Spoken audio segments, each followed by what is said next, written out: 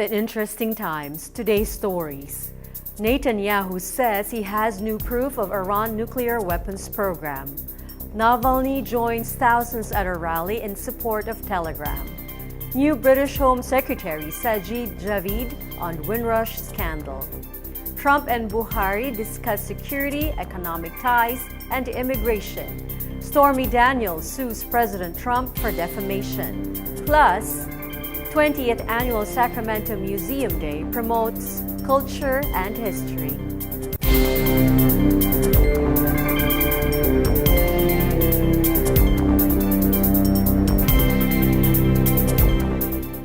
Hello everyone, I am Eliza Gonzalez Manglikmot, bringing you stories from around the globe, and this is Eagle News, Washington, D.C.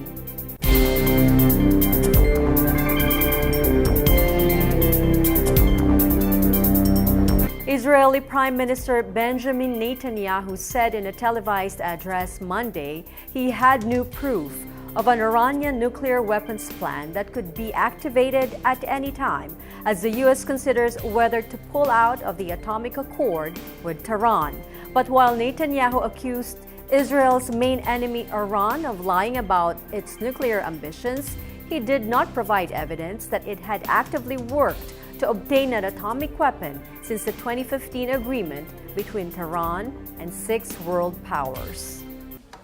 Iran has always denied it sought a nuclear weapon, insisting its atomic program was for civilian purposes.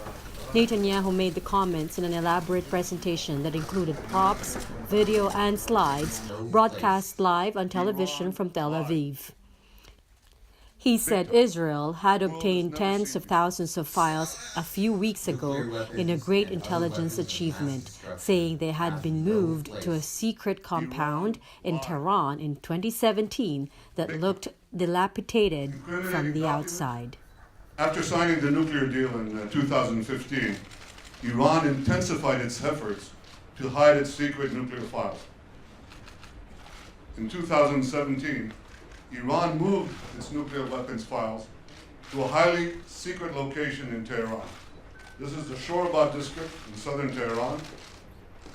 This is where they kept the atomic archive, right here. A few weeks ago, in a great intelligence achievement, Israel obtained half a ton of the material inside these vaults.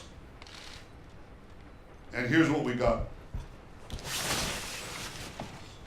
55,000 pages,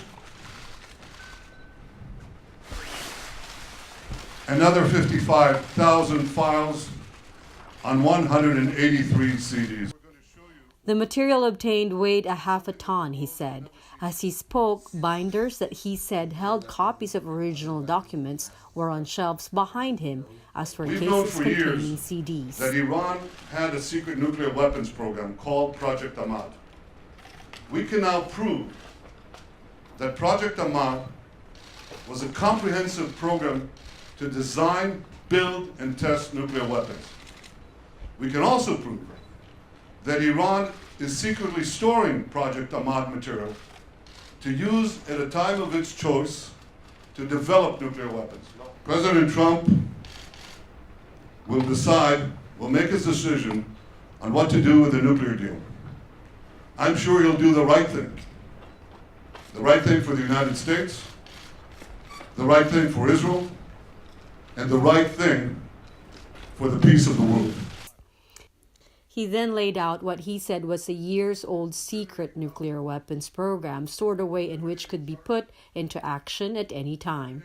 The details have been shared with the United States and will also be given to other countries and the International Atomic Energy Agency. After Netanyahu's statement was announced, but before he spoke, Iranian Foreign Minister Mohammad Javad Zarif already dismissed it. He wrote on Twitter, quote, "The boy who can't stop crying wolf is at it again. You can only fool some of the people so many times."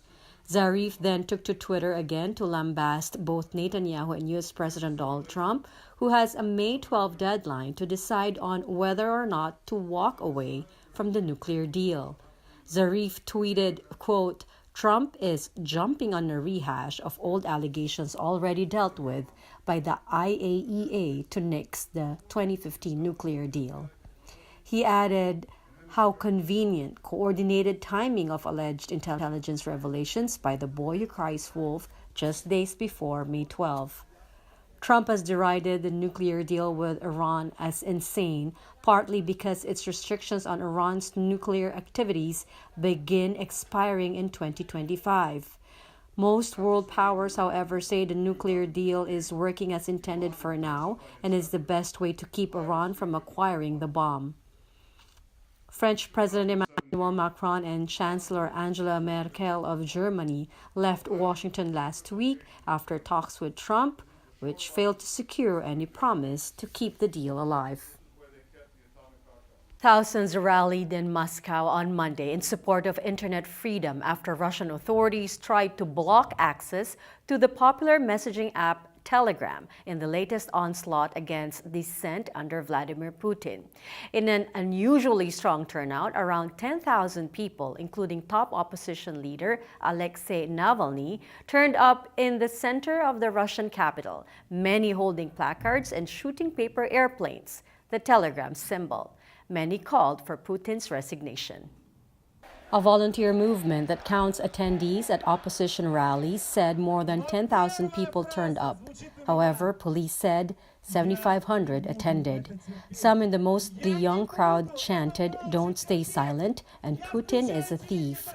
Protesters said they did not want the state to tell them what to read online.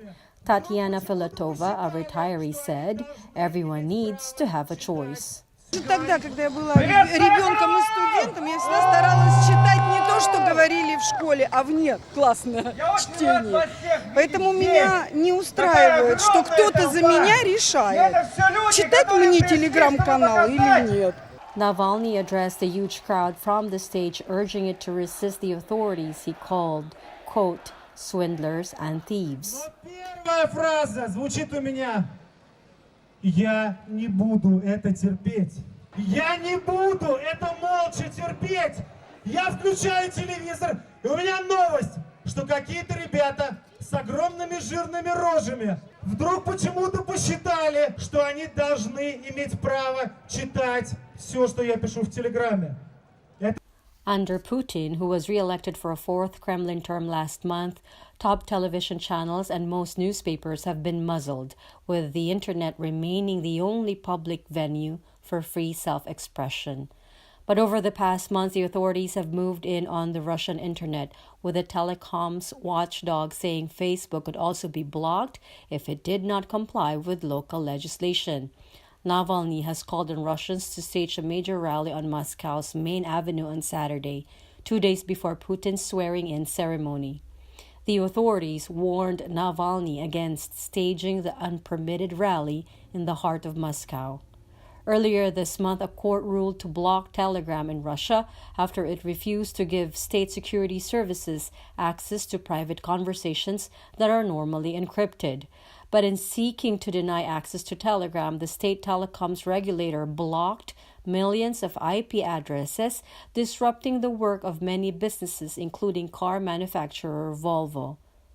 Roskomnadzor has failed to fully block Telegram, with Russians turning on VPNs and proxies to bypass the ban. British Prime Minister Theresa May appointed a new Interior Minister on Monday, charged with clearing up a scandal over moves to deport elderly legal immigrants that has rocked her government. May named Sajid Javid to replace Amber Rudd, who quit the key ministerial post of Home Secretary late Sunday for having misled lawmakers over deportation targets for illegal immigrants. The government is facing anger over the so-called Windrush scandal, wrongful moves to deport legal but undocumented elderly immigrants from the Caribbean. A rapid riser in the government, Javid's first task will be to answer an urgent question in Parliament as he tries to take the heat out of the situation. I am honoured to have been asked early this morning to become Home Secretary. I want to start by making a pledge to those from the Windrush generation who have been in this country for decades and yet have struggled to navigate through the immigration system. This never should have been the case, and I will do whatever it takes to put it right. Rudd told lawmakers last week that there were no targets for the removal of people deemed to be in the country illegally. But she felt it necessary to tender her resignation after the emergence of documents addressed to her office showing those goals were in place. Conceding that she inadvertently misled MPs, she said in her resignation letter to May she should have been aware of this and takes full responsibility for the fact that she was not. Javid is the son of a Pakistani bus driver who arrived in Britain in 1961 with £1 in his pocket. 48-year-old Javid was a senior investment banker at Deutsche Bank before becoming a member of parliament in 2010. He became a treasury minister in 2013 and joined the cabinet in 2014 as culture secretary before switching to business secretary in 2015 and community secretary the following year.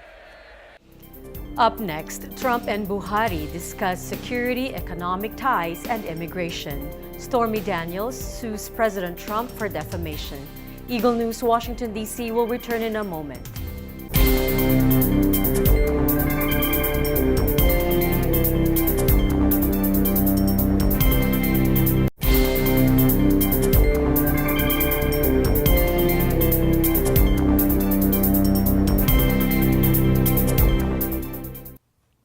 Welcome back. You're watching Eagle News, Washington, D.C. U.S. President Donald Trump holds a joint press conference with Nigerian President Muhammadu Buhari, where security, immigration, and the two countries' economic ties are the main topics of discussion. Trump says the Iran nuclear deal is not acceptable as the U.S. considers whether to pull out of the atomic accord with Tehran. Ariel Castro with more. Nigeria's fight against the Boko Haram jihadist group was expected to top the agenda in talks between President Donald Trump and Nigeria's Muhammadu Buhari, leader of Africa's most populous and wealthiest country.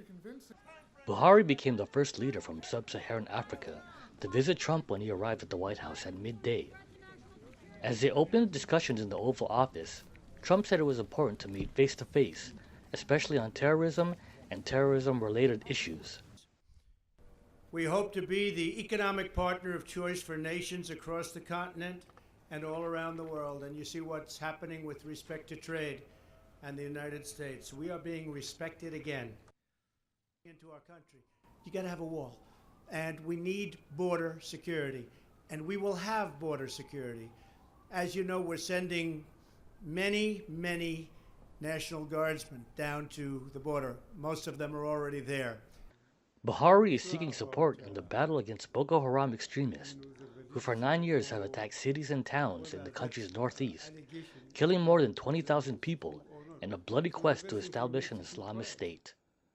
You know, in 7 years, that deal will have expired and Iran is free to go ahead and create nuclear weapons. That's not acceptable. 7 years is tomorrow. That's not acceptable. So no, if anything, it's proven right what Israel has done today with the news conference.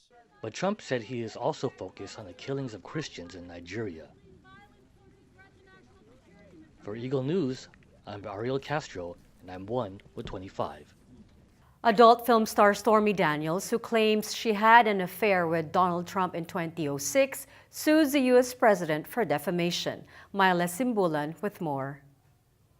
Adult film star Stormy Daniels, who claims she had an affair with Donald Trump in 2006, filed a lawsuit against the president on Monday for defamation. Daniels, whose real name is Stephanie Clifford, lodged a complaint with the U.S. District Court for the Southern District of New York.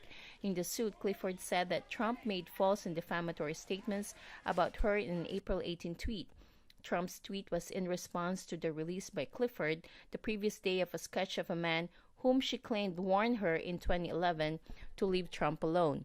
Clifford claimed she was threatened in a Las Vegas parking lot after agreeing to an interview with In Touch magazine about her alleged affair with Trump. After Clifford released a drawing of the man she said threatened her, Trump tweeted, quote, "A sketch years later about a non-existent man, a total con job, playing the fake news media for fools, but they know it."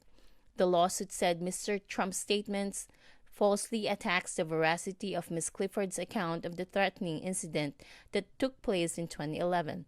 It said Mr. Trump's statement is false and defamatory.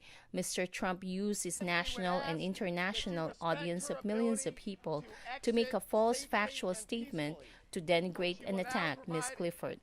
It said Ms. Clifford has suffered damage as a result of Mr. Trump's false and defamatory statement in an amount to be proven at trial but in excess of $75,000. The complaint said since Trump's statement, Clifford has received further threats and has had to hire bodyguards. It said Ms. Clifford has been exposed to death threats and other threats of physical violence, causing her both emotional and economic damages. Trump has denied having an affair with Clifford, but acknowledged last week that his personal lawyer and fixer, Michael Cohen, represented him in negotiations with Clifford. Cohen has admitted paying $130,000 to Clifford, a payment she says was made to keep her quiet just days before the November 2016 presidential vote. Clifford has sued Trump in Los Angeles, seeking to have the hush agreement invalidated. The next hearing in that case has been set for July 27. For Eagle News, I'm Myla Simbulan, and I'm on with 25. The 20th Annual Sacramento Museum Day promotes culture and history. That's next. Eagle News, Washington, D.C. will return shortly.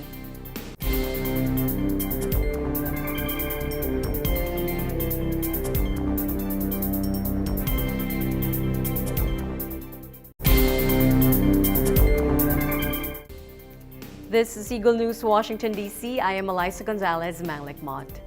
Dozens of museums in Sacramento, California sold tickets at discounted rates in celebration of the 20th Annual Sacramento Museum Day. Residents say it is a welcome celebration of culture and history. Macy Mimbrere with a story. Museums, present in almost every city, giving tourists and local residents the opportunity to learn more about the culture, history, and more of what the city has to offer. Today, the City of Sacramento wants to share this knowledge with the community in its 20th Annual Sacramento Museum Day. Museums are not only a great way to get people involved in the community, it's also a way to introduce the community to a plethora of knowledge. Sacramento is so diverse and it has so much to offer. So you can learn about cars, you can learn about the state history, you can learn about local history. There's just so much to offer and something for everybody in the family too, from little kids to senior citizens. Sacramento Museum Day allows guests to visit 26 museums in the area for half price or even free admission.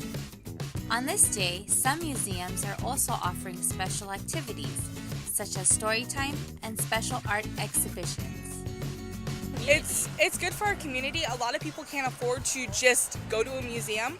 Sometimes, they work paycheck to paycheck, and unfortunately you have to decide, I have this much to save, the museum is this much. Do I want to do that and risk it, or do I just want to go have fun? And a lot of people they don't even have that choice.